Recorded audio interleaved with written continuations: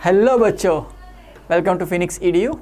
आज हम लोग PABT का सॉल्यूशन देखने वाले हैं। Okay, so let's start. So first question, the wheel of car is rotating at a rate of, तो आपको ओमेगा दिया हुआ है 1200 RPM दिया हुआ है, रिवोल्यूशंस पर मिनट। ओके, तो 1200/60 ये रिवोल्यूशंस पर सेकेंड हुए, ये रिवोल्यूशंस पर सेकेंड हुआ। हमको तो चाहिए रेडियंस पर सेकेंड में, तो आप इसको लिख दोगे 1200/60 इंटू 2π। तो ये आपका ओमेगा इनिशियल है, ओमेगा इनिशियल। ऐसे ही आपको दिया on pressing the accelerator for 10 seconds, आपने एक्सेलरेशन बढ़ाया तो ऑब्वियसली व्हील की स्पीड बढ़ गई, तो ओमेगा बढ़ गया। तो ओमेगा फाइनल दिया हुआ आपको 4500, तो 4500 RPM दिया हुआ है, उसको भी 60 से डिवाइड करो, रिवोल्यूशन पर सेकेंड में आएगा, बट हमको रेडियंस में चाहिए तो इंटू 2π कर लेंगे। ओके, सो ये आपको रेडियंस पर सेकंड में ओमेगा इनिशियल ओमेगा फाइनल आ गया। अब सिंपली एक्सेलरेशन का फॉर्मूला होता है change in omega by time, D omega by D T.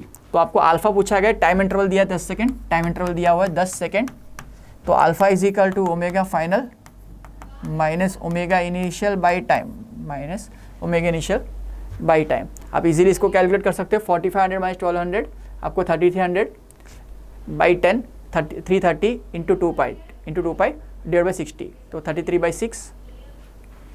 अब सॉल्व करके देखिए, इसका आंसर आपको 1980 से मैच हो जाएगा। Okay, very easy question. Let's start with the next question. ये rectangle ABCD, the moment of inertia will be minimum in axis से कौन सा मिनिमम मोमेंट ऑफ इनर्शिया होगा? तो रेक्टेंगल में हम लोग को फॉर्मूला पता है, अगर ऐसे ऐसे एक्सिस है, जो भी एक्सिस के अबाउट होता है mL²/12 होता है। तो अगर मैं इसका लेंथ L बोल रहा हूँ, ये वाला लेंथ L है, तो ये हो जाएगा आपका B लेटर से। तो इसमें दिया है कि लेंथ BC, ये वाला लेंथ जो है वो 2 टाइम्स L है, 2 टाइम्स L है, ये लंबा है, ये छोटा है। ओके, तो मोमेंट ऑफ इनर्शिया का फॉर्मूला होता है mL²/12, mL²/12 होता है अबाउट द सरफेस। तो यहाँ पर इसका और इसका देखेंगे हम लोग, तो यहाँ पर ये जो एक्सिस है, जब यहाँ ले रहे हो तो लेंथ आप L लोगे, तो IEG जब ले रहे हो, आप लेंथ ले रहे हो, IEG ले रहे हो तो लेंथ ये वाला लेते, परपेंडिकुलर लेंथ लेते, तो इसका परपेंडिकुलर लेंथ L है, तो mL²/12 आएगा। बट FG देख रहे हो तो आप देख सकते हो इसमें लेंथ जो परपेंडिकुलर लेंथ है वो 2L है, तो m इंटू 2L का होल स्क्वायर बाई 12। तो ऑब्वियसली IEG छोटा है। ऑलवेज आप देख सकते हो इसको, शेप देख से भी देख सकते हो, जिसका मास डिस्ट्रीब्यूशन सेंटर ऑफ मास जिसके क्लोज हो वो ज़्यादा इजी होता है। सेंटर ऑफ मास का लोकेशन यहाँ पर कहीं पर आने वाला है, तो इस एक्सिस या इस एक्सिस पे आंसर आने के चांसेस ज़्यादा होते हैं। ओके, इससे ईजी होता है इसका परपेंडिकुलर ऐसे, तो वो इन दोनों का सम होता है, इन दोनों का सम होता। बट इसमें परपेंडिकुलर एक्सिस दिया ही नहीं है। देखो AC BC दिया मतलब ये वाला, BD दिया मतलब ये वाला एक्सिस, और HF दिया हुआ है ये वाला, और EG दिया हुआ। तो आपको सिमेट्री या शेप से भी दिख सकता है। अगर एक रेक्टेंगुलर शेप है, आप इसको बीच में यहाँ पर बांध दोगे तो आप इसको इजीली ऐसे ऐसे घुमा सकते हो। तो सबसे इजी वाला एक्सिस होगा ये वाला, ओके, EG। ओके, इसके ऊपर पूरा मास नज़दीक है, देखो इस तरफ मास आधे डिस्टेंस L/2 पे, इसमें L/2 है। ओके, अगर ये एक्सिस ले रहे हो तो यहाँ से L डिस्टेंस पे भी मास डिस्ट्रीब्यूटेड, जितना मास दूर होगा उतना मोमेंट ऑफ इनर्शिया ज़्यादा होगा। ओके, सो सबसे इजी एक्सिस ऑफ रोटेशन होगा EG। नेक्स्ट क्वेश्चन पे चलते हैं।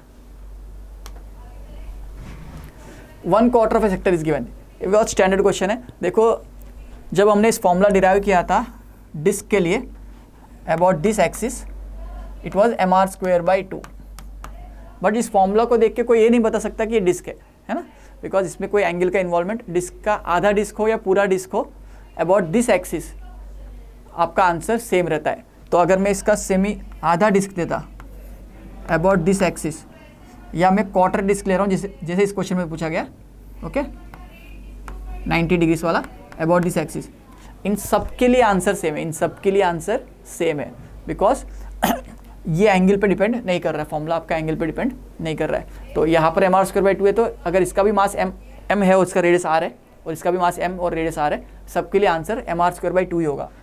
ओके, सबके लिए आंसर mR²/2, ऑप्शन नंबर 1 से मैच हो रहा है। नेक्स्ट क्वेश्चन पे चलते हैं। 3 point masses of M are placed on corners of equilateral triangle. 3 छोटे छोटे मास कॉर्नर इक्विलेटरल ट्रायंगल पे रखे हुए. The moment of inertia of this system about an axis passing along one side of the triangle is, okay, यहाँ पर m रखा हुआ है, m रखा हुआ है, m रखा हुआ है. Moment of inertia about this axis पूछा गया है. तो मोमेंट ऑफ इनर्शिया का फॉर्मूला mr² होता है, ml² होता है पॉइंट मास के लिए. तो m इंटू एल, यहाँ से डिस्टेंस l है, यहाँ से भी डिस्टेंस l है. इस एक्सिस के अबाउट आपको निकालना है. About an axis system about an axis passing through one side of the triangle. Okay, इस साइड से पूछा गया है, इस साइड से पास होता हुआ पूछा गया है.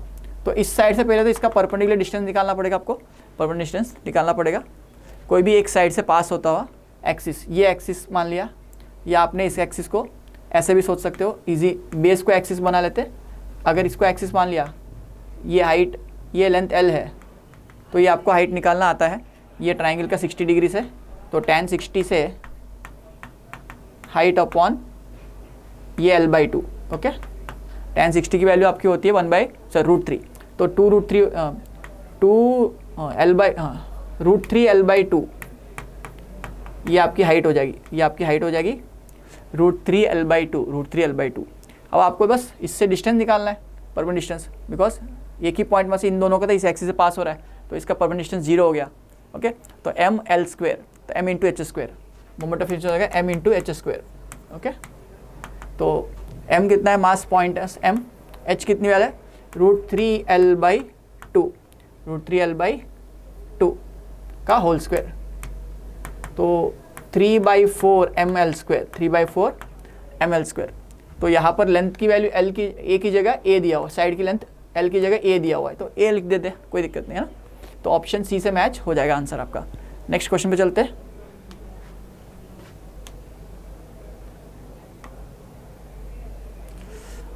Which of the following statements are correct? Center of mass of body always coincide with the center of gravity of the body.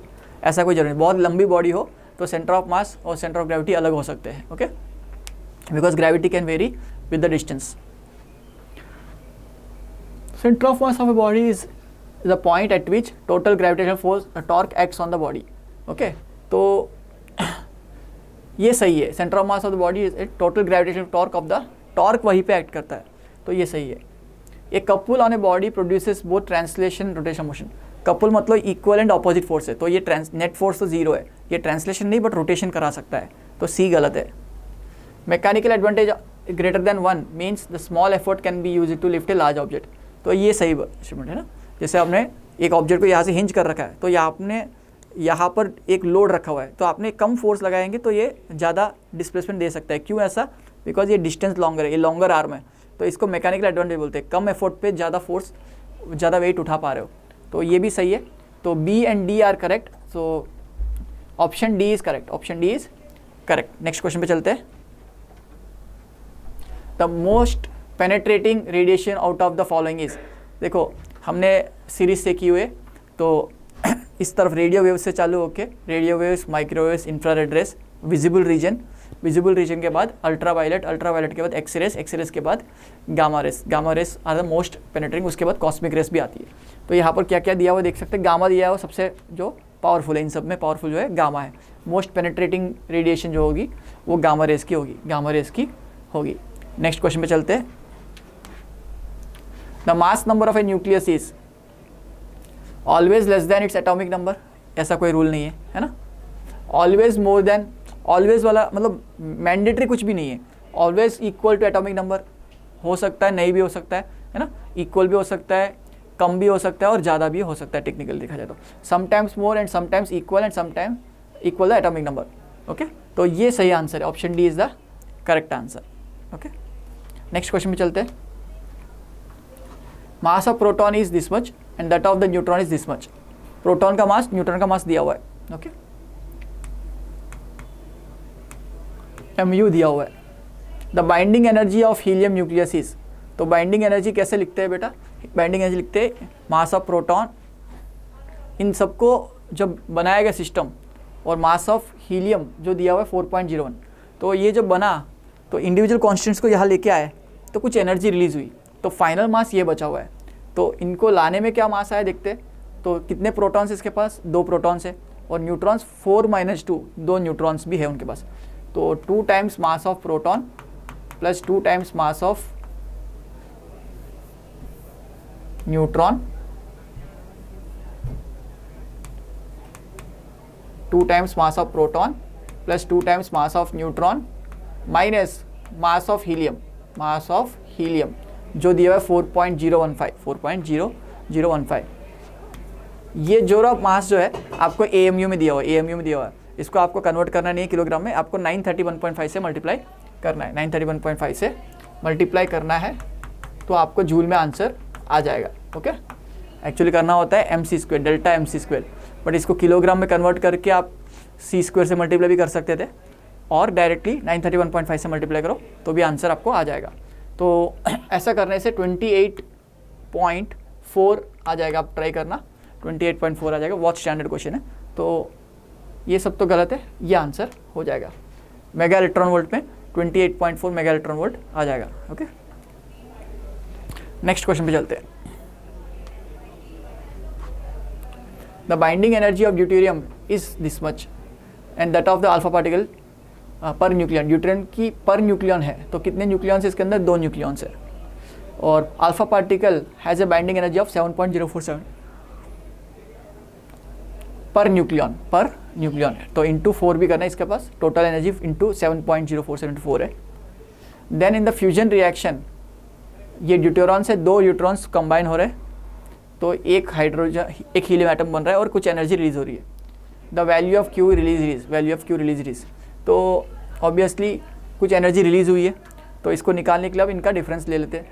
इसमें एनर्जी कितनी है, 4 टाइम्स 7.047, दैट इज़ हीलियम का एनर्जी, टोटल एनर्जी, माइनस यहाँ पर जो था, यहाँ पर 2 टाइम्स था, 2 टाइम्स 1.112 इंटू 2, बिकॉज दो न्यूट्रॉन्स कंबाइन हो रहे हैं, तो ये आपका Q वैल्यू हो जाएगा। This is the energy release. तो बाइंडिंग एनर्जी आपकी स्टेबल होने से इंक्रीज होती है, बाइंडिंग एनर्जी पर न्यूक्लियन ज़्यादा होती है। तो यहाँ पर ऐसा ऑप्शन देखो 28 - 4 के आसपास 23.8 नियरेस्ट आंसर। ओके, मतलब कैलकुलेट करोगे तो प्रॉपर आंसर भी आ जाएगा, बट ये वेरी इजी क्वेश्चन है। नेक्स्ट क्वेश्चन पे चलते हैं। Atomic weight of boron is 10.81 and it has 2 isotopes. Okay, 2 isotopes है। तो एवरेज वैल्यूज निकालने के लिए हम लोग रेशियोज का एक लॉजिक सीखा हुआ है आपने, कि अगर बोरॉन का निकाल रहे हो, बोरॉन का x परसेंटेज है, तो दूसरे का 100 - x होगा, तो x इंटू बोरॉन का मास दैट इज़ 10 प्लस दूसरे का 11 वाला आइसोटोप, मतलब 100 - x परसेंटेज होगा उसका, इंटू 11 डिवाइड बाय 100। ये एवरेज वेट निकालने का तरीका होता है, और वो वैल्यू आपको दी हुई है 10.81। It is more incline towards 11 की तरफ ज़्यादा है, तो 11 वाला जो है उसका ज़्यादा परसेंट होगा, और 10 वाला जो है उसका परसेंटेज थोड़ा कम होगा, बिकॉज 10.81 आ रहा है। ओके, तो ये आपको वैल्यू आप फाइंड करो तो x की वैल्यू 19 आएगी। x की वैल्यू 19 आने का मतलब क्या हुआ, मतलब ये जो 510 है उसका 19 परसेंटेज है, तो बाकी का परसेंटेज कितना हुआ, 81%, बाकी का इसका 81% है। देन रेशियो क्या हो जाएगा, 19:81 हो जाएगा, तो 100 - x कितना हो जाएगा आपका, 81। ये था बोरॉन 510, तो ये हो जाएगा बोरॉन 511। तो 511 के पास 81% है, मतलब 81% कॉन्सेंट्रेशन है, और दूसरे का 19% कॉन्सेंट्रेशन है, तो रेशियो 19:81, 19:81। नेक्स्ट क्वेश्चन पे चलते हैं। Nuclear forces are very short range force, हमको पता है ना, वरना यहाँ पर न्यूक्लियर फोर्स लगती तो हमको पता चलता है ना, तो जो न्यूक्लियस के रेडियस में बहुत छोटे डिस्टेंस के लिए काम करती है। ओके, शॉर्ट रेंज फोर्स है एंड चार्ज पे डिपेंड नहीं करती है, चार्ज पे डिपेंड करती है, गलत होगा, है ना। लॉन्ग रेंज है, गलत है, लॉन्ग रेंज है, गलत है, तो ऑप्शन ए से मैच हो जाएगा। नेक्स्ट क्वेश्चन पे चलते हैं। Binding energy per nucleon is maximum in, ये तो हमने पढ़ा हुआ है, ग्राफ, स्टेबिलिटी ग्राफ, है ना, ऐसा ग्राफ आता है, तो हमने यहाँ देखा हुआ है कि ये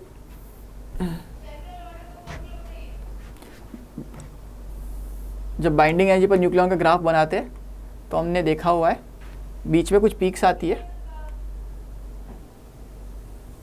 ये सबसे हाईएस्ट बाइंडिंग एनर्जी आती है आपको आयरन की आती है 8.8 मेगा इलेक्ट्रॉन वोल्ट पर न्यूक्लियन, सो सबसे हाईएस्ट होती है।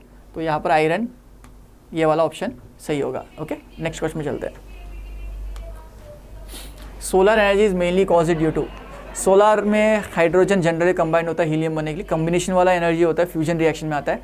फ्यूजन में बड़ा एटम छोटा होकर स्प्लिट होता है और फ्यूजन में छोटे एलिमेंट्स कंबाइन होते हैं। तो यहाँ पर फ्यूजन वाला ऑप्शन होगा, option fusion of protons during synthesis of heavier elements बनता है। ओके, तो this is the correct answer. Okay, वहाँ ग्रेविटेशन का या बर्निंग ऑफ हाइड्रोजन का कोई रोल नहीं है। नेक्स्ट क्वेश्चन पे चलते हैं। Radio active nucleus undergoes alpha emission to form a stable element, yes. What will be the recoil velocity of daughter nuclei if v is the velocity of alpha emission? तो बहुत सीधी सी बात है, अगर alpha का मास तो 4 होता है तो इनिशियल मोमेंटम 0 था, इनिशियल मोमेंटम आपका 0 है, फाइनल मोमेंटम भी 0 होना चाहिए। ओके, तो रिकॉयल वेलोसिटी पूछी गई, तो अल्फ़ा का 4 इंटू वी लिख देंगे। वो अल्फ़ा पार्टिकल अगर इधर गया तो आपका डॉटर न्यूक्लियर वाई जो मानते हैं हम लोग, वो इधर जाएगा V2 से, ये V2 पूछा गया आपको। ओके, तो यहाँ जो रिमेनिंग मास होगा ये A-4 होगा इंटू V2, तो V2 की वैल्यू आपको आ जाएगी 4V/A-4, है ना। इसकी एनर्जीज के बारे में हमने डिस्कस किया हुआ है, तो ये सिर्फ वेलोसिटीज के बारे में पूछ रहा है, तो और इजी क्वेश्चन है, सिर्फ मोमेंटम कंजर्वेशन है, सिर्फ मोमेंटम कंजर्वेशन, बिकॉज जब बड़ा एलिमेंट स्प्लिट होने से पहले उसका रेस्ट में था, स्प्लिट होने के बाद अलग हो गया। एक्सप्लोजन जैसा क्वेश्चन है, जैसे आपने सेंटर ऑफ मास में पढ़ते थे, वैसे ही चीज़ है। ओके, नेक्स्ट क्वेश्चन में चलते हैं। देखो अगर ये क्वेश्चन देख लिया तो पीछे वाला आंसर आप कर सकते थे, आयरन वाला, है ना। The dependency of binding energy per nucleon on the mass number A is represented by, तो ये ग्राफ हमको पता है, ये वाला सही है ना, अभी सिखाया था, पीछे दिखा था। ओके, यही ग्राफ सही है। नेक्स्ट क्वेश्चन पे चलते हैं।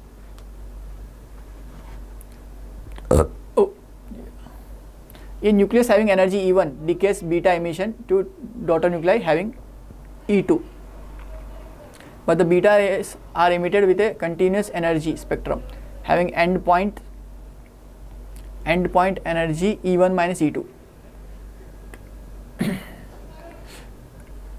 तो ये बीटा इमिशंस कब तक होंगे, जब तक वो स्टेबल ना हो जाए, वो इमिशन थोड़ा थोड़ा करता रहेगा। ओके, तो क्योंकि E2 भी अनस्टेबल है तो एक और एमिशन हो सकता था ना। A nucleus having energy E1 decays beta minus emission to daughter nuclei having energy E2, but the beta minus emitted continuous energy spectrum having an end point energy E1 minus N2।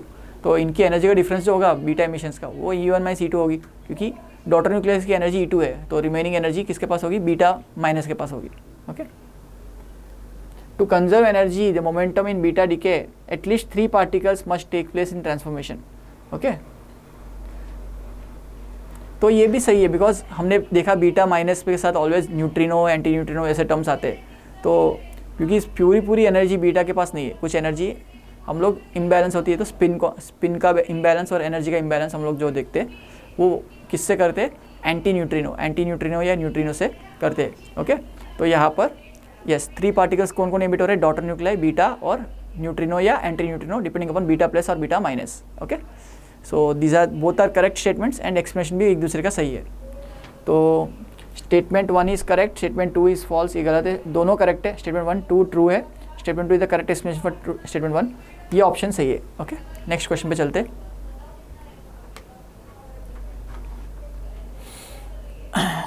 In the nuclear reaction given below XZA converts to YZL Z+1, तो यहाँ पर Z+1 आया, मतलब क्या हुआ, beta minus. Okay, then Z-1 हुआ, मतलब alpha particle release हुआ होगा, तभी -2 हुआ इसमें से। और यहाँ पर सेम रहा मतलब कोई कॉन्फिगरेशन कब चेंज नहीं होता है, जब आपका फोटोन एमिशन होता है, मतलब आपका कॉन्फ़िगरेशन चेंज नहीं हुआ, वो एक्साइटेड स्टेट से अनएक्साइटेड स्टेट पे आ रहा है बस। ओके, तो इसमें गामा डीके होता है, फोटोन एमिशन गामा डीके से होता है। तो यहाँ पर पहला है आपका बीटा, बाद में अल्फ़ा, बाद में गामा, ये ऑप्शन बी से मैच हो रहा है। नेक्स्ट क्वेश्चन पे चलते हैं। The energy liberated per nuclear fission is 200 megawatt. एक रिएक्शन में 200 megawatt. If 10 power 20 fission occurs per second the amount of power produce will be. तो टोटल पावर पूछा है ना, वो भी वॉट्स में पूछा है। तो पहले तो इसको जूल्स में कन्वर्ट कर लेते है ना। तो energy is equal to 200 into 1.6 10 power -13 लिख दूँ, -19 आता है, मेगा का 10 पावर +6 है। ये जूल्स में आ गया एनर्जी पर वन फिजन, एनर्जी पर वन फिजन। एनर्जी टोटल हो जाएगा 200 into 1.6 into 10 power -13 into 10 power 20 फिजन्स हो रहे हैं, 10 पावर 20 फिजन्स हो रहे हैं। तो इसको मल्टीप्लाई कर दिया हमने, ये टोटल एनर्जी आई। एक सेकंड में पूछ रहा है, अब इनको मल्टीप्लाई करना ही आंसर आपका है ना। -13 + 20 + 7 + 2 + 9 आ जाएगा, और 1.6 इंटू 2 3.2 हो जाएगा, 3.2 10 पावर 9 आ जाएगा। इसको मैं 32 इंटू 10 पावर 8 लिख सकता हूँ। एनर्जी पर सेकेंड, एनर्जी टोटल पर सेकेंड वॉट में कन्वर्ट हो जाएगी, 1 सेकेंड से डिवाइड कर दिया हमने, तो ये आपका वॉट में आंसर आ जाएगा। तो 32 10 पावर 8 ये ऑप्शन अपना मैच हो रहा है ऑप्शन ए से। नेक्स्ट क्वेश्चन पे चलते हैं। Ionisation of lithium atom in ground state is 5.4 electron volt. Okay, binding energy of an electron in ground state is 75.6 electron volt. Energy required to remove all 3 electrons of lithium will be। तो इसको remove करना है आपको। Ionization energy कितनी, 5.4। Binding energy of an electron of lithium ion in ground state is this much. तो इसकी ground state energy इतनी है।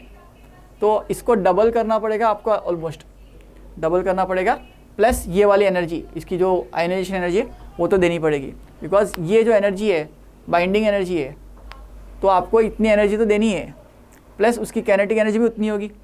तो दोनों को ऐड करके double plus 5.4, double plus 5.4 energy required to remove all 3 electrons from the lithium is. तो electron को रिमूव करने के लिए आपको इसका डबल कर देते, 75.6 इंटू 2 प्लस 75.6 प्लस आपको जो ग्राउंड स्टेट की जो एनर्जी है 5.4, इतनी एनर्जी आपको सप्लाई करनी पड़ेगी, इतनी एनर्जी आपको सप्लाई करनी पड़ेगी। 75 2 जार 150, 151.2 प्लस 5, 155.2 प्लस 0.4, 155, 56.4, 156.6, यस 0.2 और 0.4, 0.6 हो जाएगा। तो 156.6 is the correct answer, correct answer, ये सही आंसर होगा। ओके, नेक्स्ट क्वेश्चन में चलते हैं। In a radioactive decay chain, the initial nucleus is this much. At the end of, there are 6 alpha particles and 4 beta particles with the emitted. Okay, if the तो beta particles में आपको Z+1 होता जाएगा, okay, और alpha particles में आपका Z-2 होता जाएगा। तो कितने अल्फा है, 6 माइनस 6 इंटू 2 12 निकल गया। ओके, इसमें से 12 को निकाल देते पहले। 78 + 4, तो आपको 78 + 4 मतलब देखो 90 minus 6 into 2, because alpha particle होता है 2 4, प्लस बीटा की वजह से प्रोटॉन ऐड हो रहे हैं, तो 2 इंटू कितने, सॉरी प्रोटॉन 1 इंटू कितने प्रोटॉन्स है 4। तो आपका जो नंबर ऑफ प्रोटॉन्स का कॉन्फिगरेशन है 78 + 4 82 आ जाएगा। तो 82 आना चाहिए, इसमें किसी में 82 नहीं आ रहा है, तो ये डायरेक्टली आप कर सकते थे, है ना। अल्फा पार्टिकल्स के लिए डायरेक्टली ये कर सकते हो। न्यूट्रॉन का कॉन्फिगरेशन के लिए डायरेक्टली इंटू 6 इंटू 4 24, ऊपर कितना है 4 24, इसको सेपरेट कर दो, इसमें से 24 सेपरेट कर दो, तो ऊपर का कॉन्फिगरेशन में आ जाएगा 232 माइनस 4 इंटू 6। बीटा में ऊपर वाला नंबर ऑफ न्यूक्लियॉन्स चेंज नहीं होते, बिकॉज वहाँ पर न्यूट्रॉन ही प्रोटॉन में कन्वर्ट हो रहा है। ओके, तो यहाँ पर 208 आ जाएगा। तो ये इजी क्वेश्चन है। नेक्स्ट क्वेश्चन में चलते हैं। Instantaneous angular position on a rotating wheel is given by this much. The torque on the system becomes 0 at t seconds. तो टीटा दिया हुआ है, very easy question on kinematics, kinematics जैसा question है। तो ओमेगा हो जाएगा D theta by D T, तो ये आप लिख सकते हो 6t² माइनस 12t, और अल्फा हो जाएगा D omega by D T. Torque होता है आई अल्फा, अगर अल्फा 0 हो गया टॉर्क भी 0 हो जाएगा, तो इसको 0 करते हैं हम लोग। है ना। तो इसको 12t माइनस 12 लिख सकते हो, 12t माइनस 12 लिख सकते हैं, 6, ओके 6 और उसके बाद 2, 12, 12t माइनस 12। तो for torque to be zero, torque का फॉर्मूला होता है आई अल्फ़ा। अगर अल्फ़ा ज़ीरो हो गया, अल्फ़ा ज़ीरो वहाँ पर टॉर्क जीरो, तो अल्फ़ा ज़ीरो होता है 1 सेकंड पे, t इक्वल टू 1 सेकंड पे जीरो होता हुआ दिख रहा है आपको, ओके। यहाँ पर जीरो करो तो 12/12 1 आएगा आंसर, तो 1 सेकंड इसका आंसर हो जाएगा। नेक्स्ट क्वेश्चन पे चलते हैं। 3 masses are placed on x-axis, 300 grams at origin, 500 grams at 40 centimeters and 400 grams at 70 centimeters. The distance of center of mass from the origin is. Again easy question, 3 मास रखे हुए हैं। पहला मास रखा हुआ है 300 ग्राम का ओरिजिन पे, दूसरा मास 400 ग्राम का 500 ग्राम का 40 सेंटीमीटर पे, और तीसरा मास 400 ग्राम का है, वो 70 सेंटीमीटर पे रखा हुआ है। तो m1x1 plus m2x2 plus m3x3 by m1 plus m2 plus m3, तो नीचे आ जाएगा 300 प्लस 500 प्लस 400, ऊपर 300 इंटू 0, 500 इंटू 40, ओके, और यहाँ पर आ जाएगा 400 इंटू 70, 400 इंटू 70। तो आप इसको सॉल्व कर लीजिए आराम से, आपका क्वेश्चन 2 जीरो सब में कट गया, 5 4 ज़ा 20 बच रहा है ऊपर, और 4 7 ज़ा 280 बच रहा है, ओके। 5 40 ज़ा 200 बच रहा है यहाँ पर, और यहाँ पर 280 बच रहा है, और यहाँ पर 2 जीरो गए, 3 + 5 8, 8 + 4 12 बचेगा, ओके। तो इसको हम इजीली सॉल्व कर सकते हैं। तो आपका आंसर 40 सेंटीमीटर्स आ जाएगा, 40 सेंटीमीटर्स आ जाएगा। सो आराम से यहाँ तक, बहुत इजी क्वेश्चन है ये वाला, डायरेक्टली फॉर्मूला बेस्ड क्वेश्चन है, ओके। नेक्स्ट क्वेश्चन पे चलते हैं। Two persons of masses 55 kg and 65 kg respectively are at opposite ends of a boat. दोनों अलग अलग बोट पे एंड पे है, बीच में आ रहे ऐसे क्वेश्चन है ना। The length of the boat is 3 meters and the weight is 100 kg. 55 kg man walks up to the 65 kg man and sits with him. If the boat is in still water, the center of mass of the system will shift by. देखो centre of मास कब shift हो सकता है, जब initially body का कुछ velocity हो। तो इनिशियली VCM 0 है, तो there is no external force. External force कितना है, 0 है, मतलब ACM 0 है और VCOM भी 0 है, बिकॉज इनिशियली तीनों रेस्ट पे थे। तो सेंटर ऑफ मास शिफ्ट होने की कोई संभावना नहीं है, because delta x cm equal to m1x1 plus m2x2 divide by m1 delta x1 plus m2 delta x2 ऐसा लिखना पड़ता है। तो एक मूव किया तो बोट भी ऐसा मूव करेगी। इसमें पूछा ही नहीं किसने कहा सेंटर ऑफ मास, नहीं किस बोट कितना आगे गई, ये कितना आगे चला, ये ऐसा कुछ पूछा ही नहीं। सेंटर ऑफ मास शिफ्ट हुआ कि नहीं, very easy question, centre of mass shift नहीं हुआ है, सेंटर ऑफ मास शिफ्ट नहीं हुआ है। तो आंसर हो जाएगा 0, आंसर हो जाएगा 0। There is no shifting of centre of mass. Concept पे ध्यान दीजिए। तो VCM 0 है, तो डेल्टा एक्सियम भी 0 है। डेल्टा एक्सियम लिखना चाहिए m1 delta x1 delta x1 plus m2 delta x2 plus m3 delta x3 by sigma m, मतलब टोटल मास। तो डेल्टा एक्सियम भी 0 है बिकॉज VCM 0 है। तो obviously m1 x1 plus m1 delta x1 plus m2 delta x2 plus m3 delta x3 का सम 0 है। मतलब अगर 55 kg वाला मूव किया तो बोट ऑपोजिट मूव करेगी, नेट सेंटर ऑफ मास का पोजीशन चेंज नहीं होगा। नेक्स्ट क्वेश्चन में चलते हैं। ये solid cylinder of mass 50 kg and radius 0.5 metres is free to rotate about in axis horizontal. ये massless string is bound around the cylinder with one end to it, other end is hanging freely, okay. The tension the string is required to produce an angular acceleration of 2 revolution per second is. Alpha दिया हुआ आपको, तो देखो ये ऐसा कोई string है, एक एंड से आपने कनेक्ट कर दिया है, ओके, एक एंड से फ्री छोड़ा है, एक एंड से फ्री छोड़ा है, स्टैंडर्ड क्वेश्चन है। तो ये जब नीचे जा रहा है तो रोटेट करेगा तो ओमेगा इनिशियल तो 0 था, अल्फ़ा आ गया 2, सॉरी अल्फ़ा नहीं, अल्फ़ा दे दिया 2, अल्फ़ा दिया हुआ आपका 2 रिवोल्यूशंस पर सेकेंड, अल्फ़ा दिया है 2 रिवोल्यूशंस पर सेकेंड होगा ये एंगुलर एक्सेलरेशन ऑफ 2 रिवोल्यूशंस पर सेकेंड स्क्वायर है, ओके। तो रिवोल्यूशन को 2 पाई लिख सकते हो, रेडियंस में कन्वर्ट हो जाएगा, रेडियन पर सेकेंड स्क्वायर में आपका अल्फ़ा दिया हुआ है। तो इस पर जो टॉर्क लग रही है वो टेंशन के कारण लग रही है, T into R is the torque. Torque क्यों होता है? टॉर्क होगा टी डॉट आर, और ये टी डॉट आर जो है आपका टॉर्क ला रहा है। T dot R I alpha से इक्वेट कर सकते हो। तो I of moment of inertia of cylinder आपको पता है, सॉलिड सिलेंडर तो एम आर स्क्वायर बाई 2 लेंगे। तो एम आर स्क्वायर बाई 2 भी पता है आपको, अल्फ़ा पता है, टेंशन निकालनी है। तो M R square by 2 into alpha वो भी दिया हुआ है, 2 into 2 pi divide by tension नहीं पता है, रेडियस पता है। रेडियस में से एक रेडियस कैंसिल हो जाएगा, रेडियस की वैल्यू 0.5 दी हुई है, तो 1/2 आ जाएगा, 2 4 कैंसिल हो जाएगा। तो m इंटू पाई आपका बच रहा है, m कितना दिया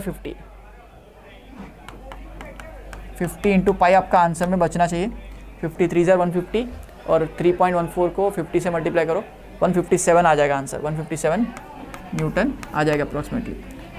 ओके 157 न्यूटन इसका आंसर हो जाएगा। 50 पाई आंसर दिख रहा है आपको मेरे को, है ना। ये 1/2 है तो 2 कट गया, 4 कट गया, तो पाई इंटू एम, तो 50 into pi, 50 into 3.14। Next question में चलते हैं। ये piece of wood of mass 0.03 kg is dropped from top of 100 metres height of the building. Okay at the same time the bullet of mass 0.0 is fired vertically upwards with velocity 100 metre second from the ground. तो bullet तो ground पे है और ये height पे है, तो इसका सेंटर ऑफ मास का लोकेशन ढूंढ लेंगे। From the bullet gets embedded into the wooden block, the maximum height to which the combination will go. अभी तो ये दोनों इनिशियली ऐसे रेस्ट पे, अभी ये जा रहा है ऊपर, ये नीचे जा रहा है, तो VCM भी निकालना है, ACM भी निकालना है और YCM भी निकालना है। तो वहाँ से कितना ऊपर जाएगा निकाल सकते हैं हम लोग, कहाँ से कितना ऊपर जाएगा निकाल सकते हैं। पहले तो सेंटर ऑफ मास का लोकेशन, सेंटर ऑफ मास का लोकेशन कहाँ पर है देखते हैं। ये मास 100 मीटर्स ऊपर है, 0.03 इंटू 100 है, और बुलेट का मास कितना है 0.02, वो तो ग्राउंड पे है, डिवाइड टोटल मास 0.05 है ना। तो ये 3/5 इंटू 100 हो गया, that is 0.6 into 100, that is 60 metres पे आपका सेंटर ऑफ मास लोकेटेड है। सेंटर ऑफ मास कहाँ लोकेटेड है? 60 मीटर्स पे लोकेटेड है। ये पॉइंट हमको पहले पता चला। अब वेलोसिटी देखो, ये फ्री फॉल हो रहा है तो इसकी वेलोसिटी 0 है, और बुलेट की वेलोसिटी कुछ दी होगी 100 मीटर पर सेकेंड। तो VCM निकाल लेते हैं, velocity of centre of mass. Velocity of centre of मास कितना है 100, 0.02 इंटू 100 उसकी 0 है, डिवाइड बाई टोटल मास 0.05, तो ये 2/5 इंटू 100 दैट इज़ 40 मीटर पर second. What about acceleration of centre of mass? Acceleration दोनों का ही 10 है, तो एक्सेलरेशन के वैल्यू तो डायरेक्टली आपको g की वैल्यू ले सकते हैं, बिकॉज दोनों का एक्सेलरेशन डाउनवर्ड है, g 10 मीटर पर सेकेंड स्क्वायर। एक्सेलरेशन हो जाएगा -10 मीटर पर सेकेंड स्क्वायर सेंटर ऑफ मास का, बिकॉज वेलोसिटी ऊपर है, एक्सेलरेशन डाउनवर्ड है, तो मैक्सिमम हाइट कितना जाएगा ये बताना है। ओके तो the maximum height to which the combined system will reach, combined system कहाँ तक जा सकती है ये पूछा गया है। ओके तो बिफोर फॉलिंग इज, तो अभी ऑलरेडी यहाँ पर है और यहाँ पर वेलोसिटी कितनी 40 है, तो 40 से आप ये 40 के सेंटर ऑफ मास का लोकेशन है, तो सेंटर ऑफ मास का लोकेशन यहाँ पर दिया हुआ है, वेलोसिटी दी हुई है 40 मीटर पर सेकेंड, सेंटर ऑफ मास का एक्सेलरेशन है ये, तो आपको यहाँ पर विच मैक्सिमम हाइट कहाँ पर आएगी ये पूछा गया है। ओके तो यहाँ पर final velocity of centre of मास 0 कर लेते हैं, बिकॉज आपका एक्सेलरेशन दिया हुआ है, तो वो टाइम इंटरवल आ जाएगा, उस टाइम में कितना ऊपर जा सकता है देख सकते हैं। ओके तो velocity 40, final velocity 10 into T हो जाएगा, मतलब -4, फाइनल वेलोसिटी 0 किया हमने, तो टाइम आ जाएगा 4 सेकेंड में वो ऊपर रेस्ट पे आ जाएगा, तो मैक्सिमम हाइट पे पहुंचेगा, 4 सेकंड में मैक्सिमम हाइट पे पहुंचेगा। तो कंबाइंड सिस्टम 4 सेकंड तक चल सकता है। ओके तो ये कंबाइंड सिस्टम, तो बिल्डिंग के ऊपर कितना पहुंचा देखना है आपको। तो ये सेंटर ऑफ मास के लोकेशन पे इनिशियल पोजीशन थी उसकी। ओके तो यहाँ पर अभी 4 सेकंड में S = UT + हाफ एट को लगा दो, तो कितना ऊपर आएगा देखते हैं। S कितना है आपका, U कितना है 40 इंटू T कितना ले रहे हो 4 -1/2 10 T² मतलब 4²। ओके तो ये 160 हो गया माइनस ये 16 160/2 80, तो आपको आ गया 80। ये तो 80 मीटर्स ऊपर गया सेंटर ऑफ मास से, 80 मीटर्स ऊपर गया सेंटर ऑफ मास से, मतलब 60 से 80 मीटर्स ऊपर। 60 से 80 मीटर्स ऊपर का मतलब क्वेश्चन में ये नहीं पूछा है, क्वेश्चन बहुत अच्छे से पढ़ना है।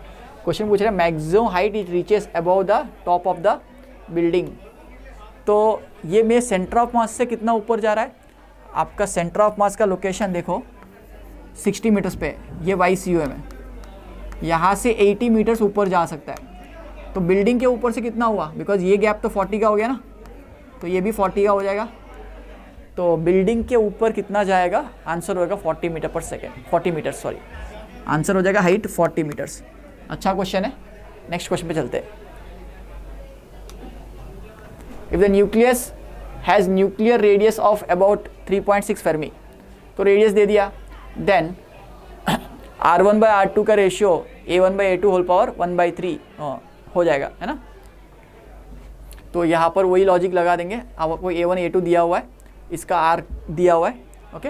तो radius is proportional to A power 1/3। तो यहाँ पर R2/R1 इज A2/A1, A2 कितना है 125/27 होल पावर 1/3। तो R2 की वैल्यू ये कितना है 3.6, ये 5 क्यूब है और ये 3 क्यूब है, तो ये 5/3 हो जाएगा, 5/3 हो जाएगा। तो 3 जाता है 1.2 टाइम्स, यहाँ पर 1.2 इंटू 5 हो जाएगा आपको 6 सेंटीमीटर। 6 सेंटीमीटर इसका आंसर, 6 फेर्मी हो जाएगा, सॉरी 6 फेर्मी इसका आंसर हो जाएगा। सो नेक्स्ट क्वेश्चन पे चलते हैं। In a reactor of 2 kg uranium 92-235 fuel is fully used up in 30 days. 2 kg का यूज़ पूरा हो जाता है इससे 30 डेज में।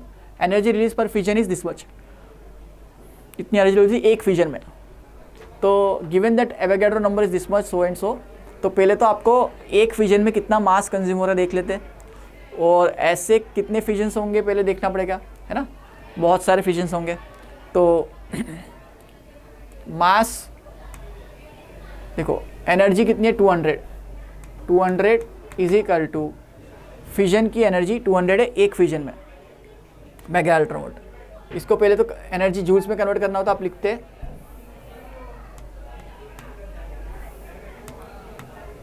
200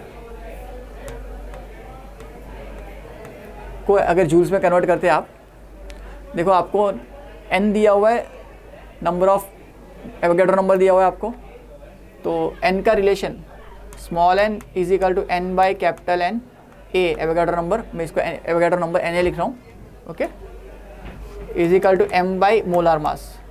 तो मोलार मास आपको 235 दिया हुआ है, तो मास निकालना हो तो आप इसे निकाल सकते हो n by Na into molar mass. तो यहाँ से मास का रिलेशन पता चलेगा आपको, कितना मास एक फिजन रिएक्शन में जा रहा है, एक फिजन रिएक्शन में जा रहा है, ओके। तो अगर नंबर ऑफ मोल्स मॉलिक्यूल्स को 1 ले रहा हूँ, तो एक मॉलिक्यूल की वजह से क्या मास आ रहा है आप निकाल सकते हो। 1 molar mass 235, 1 into 235 divide by Avogadro number कितना दिया है 6.023, 10 पावर 23 है, 10 पावर 23। तो ये mass in one fission, mass in one fission, एक फिजन में इतना एनर्जी रिलीज हो रहा है। तो mc² आपका एनर्जी से हम लोग निकालते थे, तो एक फिजन में इतनी एनर्जी रिलीज हो रही है, इतना मास कंज्यूम हो रहा है। तो 2 kg में कितने एलिमेंट्स होंगे, 2 kg में कितने एलिमेंट्स होंगे, 2 kg में तो ये तो 1 ग्राम में आया, इतना ग्राम से आया, तो 2 divide by total number of molecules, ये तो एक मॉलिक्यूल, अगर मैं 2 kg लूँ, इस मास को 2 kg लूँ, इसको N ही रख दे, इसको कैपिटल N ही रख दूँ, तो 2 kg के लिए अगर 2000 ग्राम्स हो जाता है is equal to N into 235 by 6 into 10 power 23। यहाँ से नंबर ऑफ मॉलिक्यूल्स आ जाएंगे, नंबर ऑफ मॉलिक्यूल्स। तो एक एनर्जी, एक फिजन में एनर्जी 200 मेगा अल्ट्रा वोल्ट है, ओके। तो टोटल एनर्जी कितनी हो जाएगी, N into 200 into 1.6 10 power -13 joules, okay. Mega ultra volt को पहले जूल में कन्वर्ट कर लो, ये टोटल एनर्जी जूल्स में आ जाएगी। तो ये एनर्जी रिलीज़ हुई है टोटल, डिवाइड बाय टाइम कितना लेंगे 30 डेज, 30 डेज़ का टाइम। तो पावर में कन्वर्ट करना हो तो पावर में पूछा है, मेगा इलेक्ट्रॉन पावर में पूछा है तो बाई टाइम लिखेंगे, टाइम तो टाइम हो जाएगा 30 days into 24 hours into 3600 seconds, जिसकी वैल्यू याद है 24 इंटू 3600 की वैल्यू 86,400 होती है। तो ये पूरी एनर्जी पावर अभी वॉट में आ गया, वॉट में आ गया तो इसको 10 से डिवाइड कर देंगे तो मेगावाट में आंसर आएगा। तो ये कैलकुलेशन है थोड़ा सा, तो आपको 60 इंटू 10 आएगा, तो 10 को मेगा लिख सकते हो, तो मेगावाट अप्रॉक्सीमेट आंसर हो जाएगा। थोड़ा सा लेंदी कैलकुलेशन है, ओके। तो आंसर इसका हो जाएगा 60। नेक्स्ट क्वेश्चन पे चलते हैं। ये nucleus of mass number 240 breaks into 2 equal parts 120 the binding energy is 7.6 while that of the fragments is 8.5। Obviously टूटनेस से बाइंडिंग एनर्जी पर न्यूक्लियन बढ़नी चाहिए, तभी वो स्टेबल कहलाता है ना। तो हम तोड़ना इसलिए चाहते हैं कि स्टेबल बन जाए। तो binding total gain in binding energy in the process, तो बेटा आपके पास अभी 120 के कितने टुकड़े, 2, और दोनों की एनर्जी कितनी है 8.5, और पहले कितनी थी आपके पास, एक ही टुकड़ा था 240 का और इसकी एनर्जी थी 7.6। तो यही तो गेन इन बाइंडिंग एनर्जी है, ओके। तो 240 को कॉमन कर सकते हो, 8.5 माइनस 7.6, 240 इंटू 8.5 माइनस 7.6 मतलब 0.9 से मल्टीप्लाई करना है, ओके। तो 24 into 9, 240 minus 24, okay, 216 mega electron volt की एनर्जी गेन हुई है। 216 मेगा इलेक्ट्रॉन वोल्ट की टोटल एनर्जी गेन हुई है।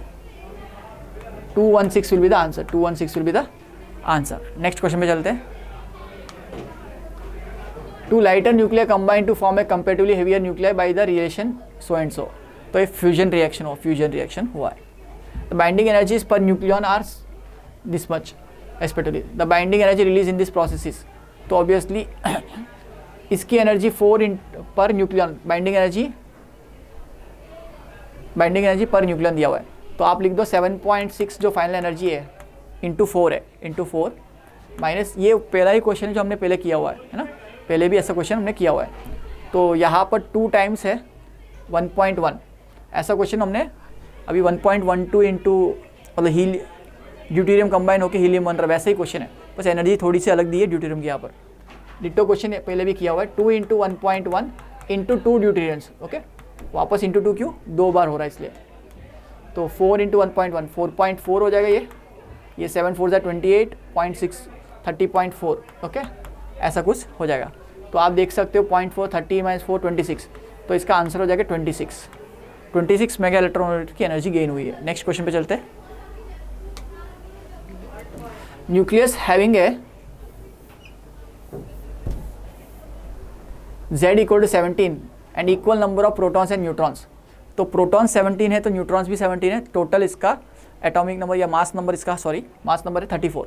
तो mass number of A that is A equal to 34, okay.